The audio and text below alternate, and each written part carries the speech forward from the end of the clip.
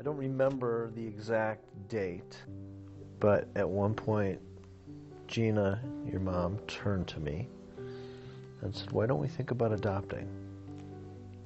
That was a pretty meaningful statement for me because I was adopted, and I realized the significance of adopting and continuing the legacy of adopting. And one day she showed me a picture of a little guy that we decided we wanted to see about bringing home. And we started to go through the process of identifying and working through the logistics of bringing Jarrod home. Lots of stuff we had to do. We had to go through some counseling sessions, some interview sessions, fill out lots of paperwork, deal with lots of red tape, but finally the day came. It was a very long trip. I don't remember how many hours of travel, but it was like 24 hours of travel. It was 2001, late November, early December of 2001. So that was just after September 11th. So security in all the airports was really high. Things took a long time. It took a long time to get through security because there was so much scrutiny of people. We finally got to Kazakhstan, and it was just another world. It was a completely different world. It had snowed, and there was a beautiful snow on all the trees and stuff. We stepped off the plane and into the terminal, and it was like no other place I've ever been. It was small, it was dark, it was run down like an old train station.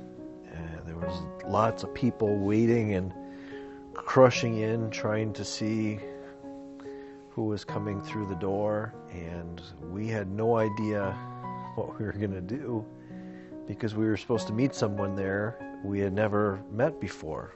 Finally, 3 or 4 guys were waving, and we heard our name get called. We were putting our trust in this stranger we'd never met before, and he took us to the apartment we were going to stay in, and we settled in for the night. And I don't remember how many days. I think it was just a day. The next day, he came and took us to the orphanage. And I remember we pulled up, and we saw this group of kids. It was winter and it was cold. We saw this group of kids walking by the playground. They had just gotten done playing in the playground, and they're all bundled up. They're walking like little ducks, one behind each other, headed back to the back door of the orphanage. And I thought to myself, is my son in that group? Somewhere in that group is my son.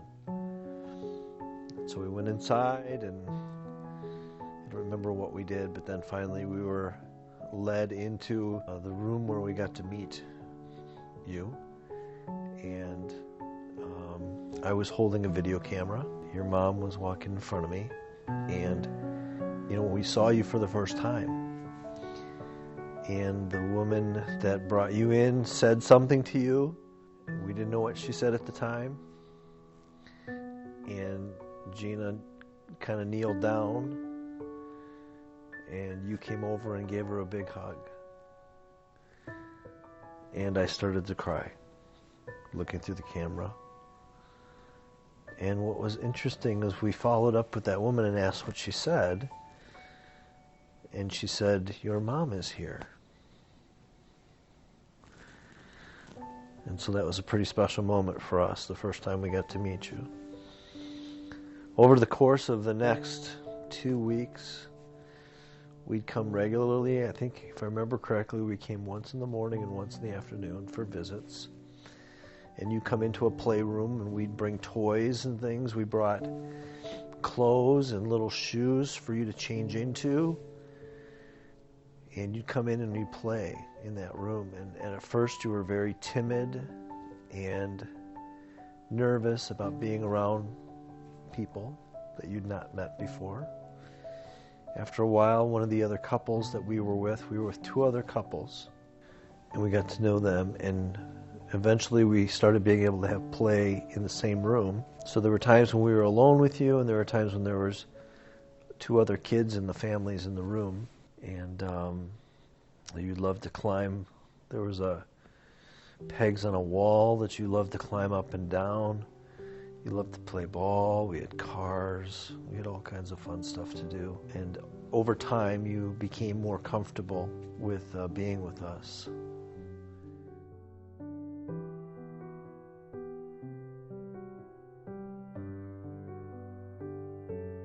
Okay, Grandma was at the Shad's house watching Natalie and Tyler while they went to get to Kazakhstan or Russia to pick up Jarrod, who was actually raised in an orphanage.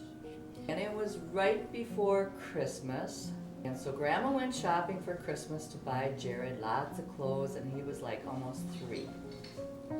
So I bought all size 3 clothes.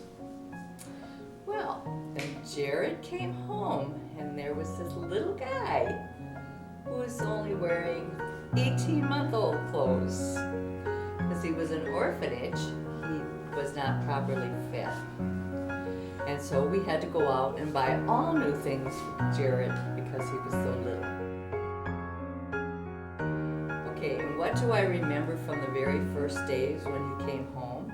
The very first incident that I can remember as either Natalie or Tyler went in the laundry room because they also had a dog who had his dog food and a little dish for water in the laundry room.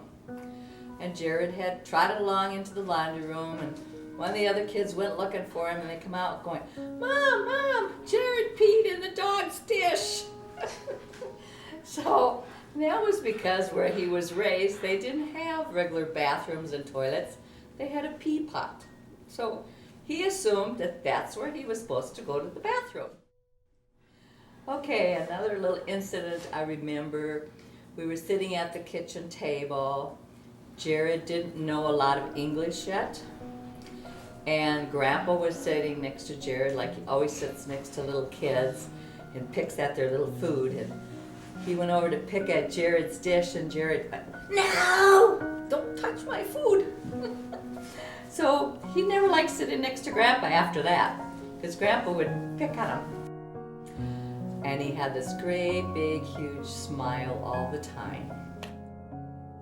Another little incident I remember is that everybody would go to bed at night, and his mom did everything, give him a bath, do everything so he would sleep at night. Well, it got to the point that everybody went to bed, and they'd just leave a light on, and Jarrod would just get up and go in the closet and play with the toys all night. There were some pretty sweet people in the orphanage that took care of you and were very, very kind. Even though they couldn't speak the language, they were just as warm and kind as could be. And after about 2 weeks, we were told that we had to start going through the legal process and go to court. So we did a lot of that, and we went to the court and talked to the judge, and then we went and got your passport photo, and then you were ours. And from there we had, I don't remember how many days, a week left, 4 days left, and so we started to do things together. You stayed with us at the apartment, and the first night you were at the apartment with us, you cried all night long. And the apartment had one of those water machines where you put the big jugs on top, and you would carry the 2 empty jugs around the apartment.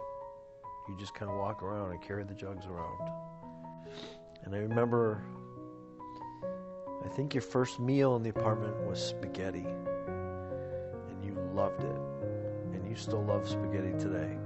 So we started doing some things around town. We took you sightseeing. We went to a ski hill. We went to some museums.